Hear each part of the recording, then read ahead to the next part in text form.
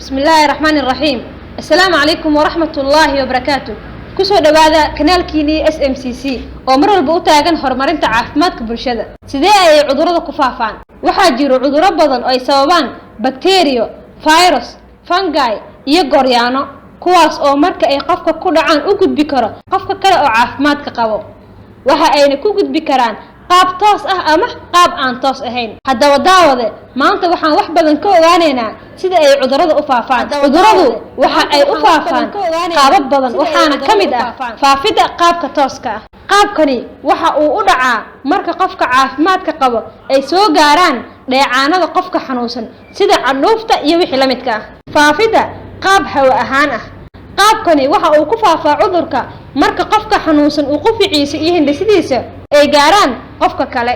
Faafida qaab taabashada waxyaalaha jeermiska leh. Cudurradu qaabka ay ku faafaan ayay ka mid tahay in aad taabato alaabo jeermis leh. Tusaale in aad taabato sariir oo qof xanuunsan ku jiifay welina aan la nadiifin ama in aad taabato bir aad u daxlaysatay.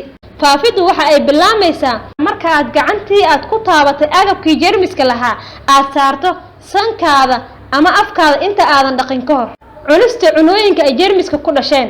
daawade waxaa macquul ah in aad la yaaban tahay sida uu qof u cuni karo cuno jeermis uu ku dhashay. jeermisku si fudud ayuu cunada ugu dhalan karaa. Tusaale, cunada oo aan si fiican loo bisleen ama cuno waqti badan dabool la'aan ahayd. Cayayaanka qaar waxa ay faafiyaan cudurrada. Cayayaanku waxa ay ku faafiyaan cudurrada qaab qaniinyo ah. asaga oo qofka buu ka qaniino kadibna u sii gudbiyo qofka kale uu qaniinay. Waxaana ka mid ah cayayaankaas kaneecada, shilinta iyo wixii la midka ah. cabista biyaha aan nadiifka ahayn waxa ay faafiyaan cudurrada gooryaanka laga qaado kaasoo qofka kale u gudbi karo. daawade haddii aan isla ogaanay sida ay cudurrada u faafaan, haddaba waxaan isla ogaaneynaa sida looga hortagi karo. waxyaalaha aan uga hortagi karno cudurrada faafa waxaa ka mid ah mar waliba inaan gacmaheena nadiifino, inaan cabno biyo nadiif ah, inaan qaadano talaalka cudurrada looga hortago sida cagaarshowga iyo inaan u dhamaystirno carruurteena dhammaan talaalka inta ay yar yihiin. inaan cunada hilibka ay ka mid yihiin aan aad u karino, inaan daboolno afkeena marka aan qufacayno ama aan hindhisoonayno. ilmaha inaan barno marka ay wax waliba taabtaan inay gacmaha dhaqdaan ka hor inta aysan taaban sanka ama afkooda. waad ku mahadsan tahay la socoshada fiidiyogan, waana kaaga mahadcelinaynaa.